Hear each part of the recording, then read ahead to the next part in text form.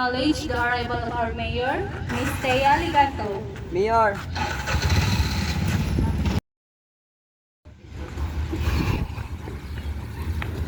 Good morning. I want to be perfectly clear. The alleged misuse of public trust and public funds by a handful of individuals is a betrayal that I take personally and that has absolutely no place in this administration.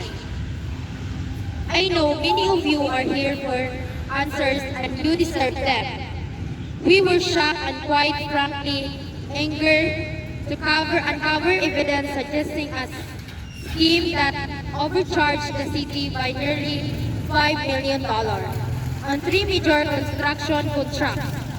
Let me be the first to say I am deeply sorry that this happened under our watch. We failed to catch this sooner. The moment the initial internal audit flagged discrepancies 2 weeks ago, we moved immediately. Our focus is on accountability, recovery, and preventing this from ever happening again. This is what we have done since discovering the fraud. We are not waiting, we are acting.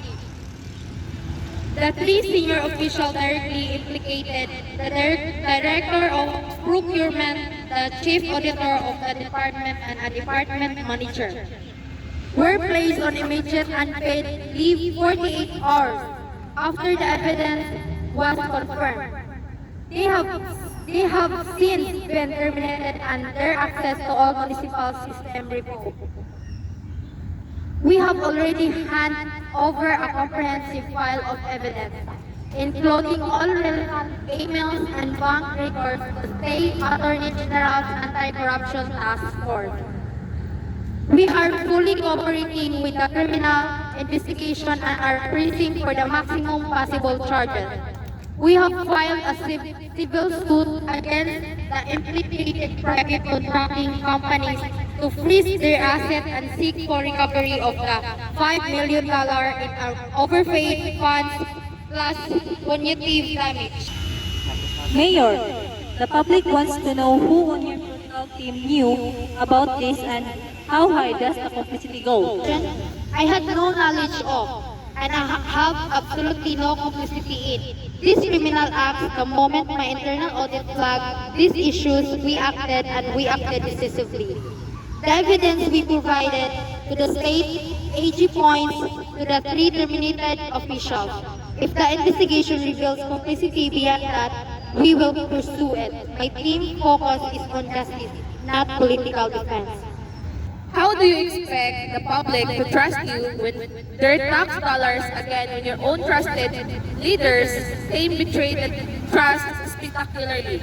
And more directly, have you considered resigning given the damage this scandal has done to the conference in your administration? The public will trust this administration because we are not just punishing the wrongdoers. We are fundamentally restructuring the system.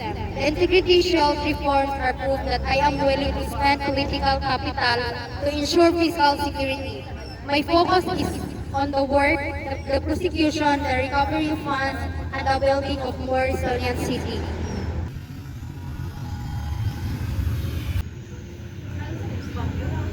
Shadow, confirm Grand Theater Roof is decided Alpha Hat. We have a clear firing line from that angle, zero obstruction out. Primary proactive objective is maintaining a cold status on the roof. confirm. Ghost Alpha Hat is under continued zoom. No movement detected. However, ground team has reported a last-minute change to the first manifest. Proactive warning, 3 individuals with expired credential, known as being associated with the recent corruption scandal, have been allowed in fill empty spots. Their sittings front center, right near and parked line.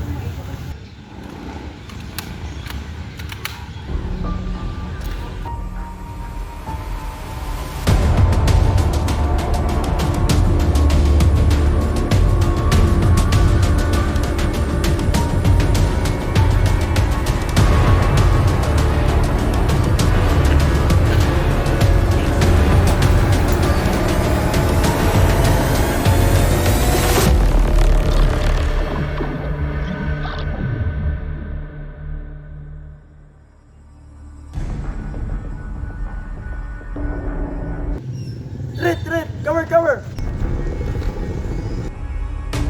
Audio Jungle. Red, red! Cover, cover!